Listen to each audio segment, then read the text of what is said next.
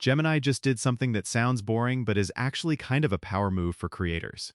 You can now import exported chat histories from ChatGPT and Claude into Gemini, like your whole "I swear I'm organized" prompt life, in a zip file. Wait, hold up. So Google is really out here like, bring your emotional support prompt chains. We don't judge. That's actually huge.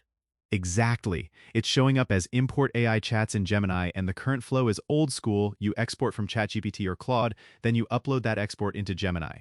No live sync, no connect your accounts and pray. It's more like moving boxes into a new apartment. Which is honestly better. Live Sync sounds like the kind of feature that would accidentally import your late night spiral chat titled Write My Resignation email, but make it poetic. And it's less Gemini got new magical intelligence, more the stuff you already built can move. In 2026, portability is a competitive weapon. Yeah, because chat logs are not just chats anymore. They're like your whole creator operating system, your hooks that convert, your brand voice calibration, your client-safe disclaimers, your how we do carousels templates. Totally. For a lot of teams, the chat history is the documentation, and switching tools used to come with the lock-in tax. We can't switch, we'd lose our history. Okay, but I have a spicy question. If I can import my ChatGPT and Claude chats, does that mean my prompt IP just became portable or just more stealable? Both can be true. Portability is great for you, but it also means you need to treat chat exports like actual company assets. Like, don't casually throw a zip of your strategy brain into random places, and definitely don't let ex-teammates walk out with brand voice final v9 as a downloadable file.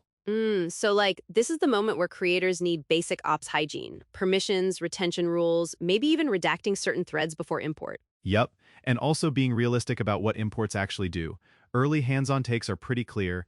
Imported chats become a searchable reference library inside Gemini. They do not automatically become always-on preferences. So it's not like Gemini instantly becomes your clone.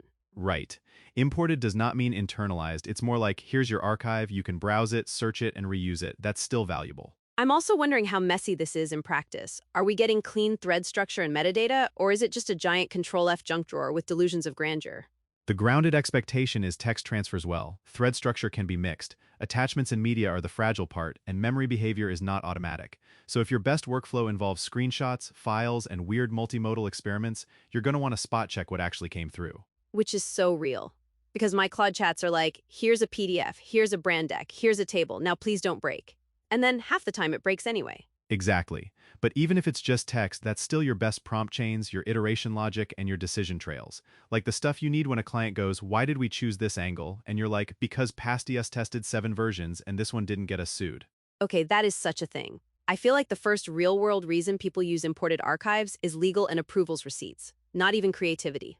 I think it's a three-way tie: continuity of voice, approval receipts, and yes, procrastination with better search. Stop. Because it's true, I'm not procrastinating, I'm auditing prior prompts. Meanwhile, you're just rereading your own genius from last summer. Another angle here is onboarding. This is sneaky huge for teams. Instead of onboarding being, "Here's the tool," it becomes, "Here's how we work," because the imported chats are concrete examples. That's actually fire. Like, new hire comes in, and you're not handing them a Notion doc that nobody updates. You're handing them the actual threads where your series format got dialed in.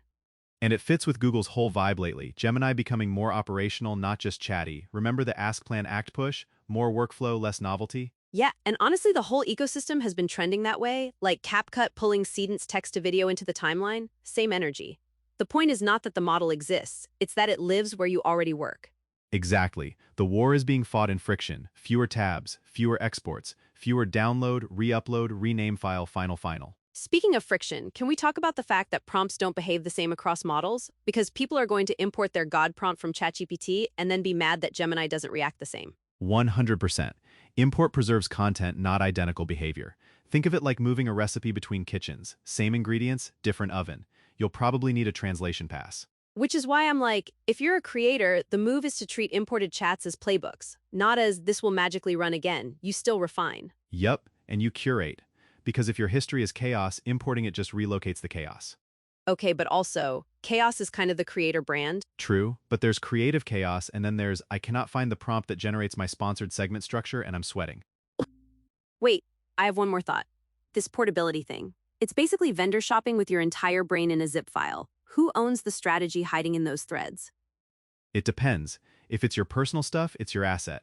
If it's work for hire, it's likely the company's IP, even if it lives in your account.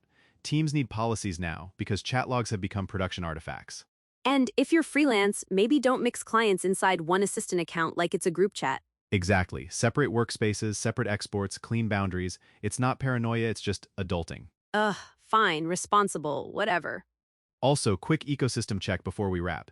The other big thread this week is tools tightening the ship it loop. CapCut is making Gen Video editable in the timeline. Gemini has Lyria music inside the app. And on the policy side, people are still unpacking OpenAI's model spec and instruction hierarchy because brand safety is basically the other half of automation. That instruction hierarchy thing matters more now, because once you start importing and centralizing all this work, you're basically building a library of how your brand thinks. You want guardrails. You don't want the bot to wake up and decide today is unhinged era. And imports don't fix that. They just give you a starting point. Human in the loop stays undefeated. So bottom line, if you're a creator or a marketing team, Gemini Chat Import is a workflow upgrade disguised as a convenience button. It won't give Gemini your brain instantly, but it lowers switching costs and saves your prompt history from getting stranded. Perfectly said. All right, thanks for hanging with us on Blue Lightning Daily for Monday, March 30th. And yes, this episode was produced end-to-end by a stack of AIs that may or may not be quietly judging our punctuation choices. If our robot producer imports this episode into Gemini and labels it cringe, I'm suing. Fair. Subscribe if you want more creator-grade AI news without the hype, and go check out bluelightningtv.com for updates, tools, and breakdowns. Catch you later. And please, for the love of content ops, label your chat threads. Your future self is begging.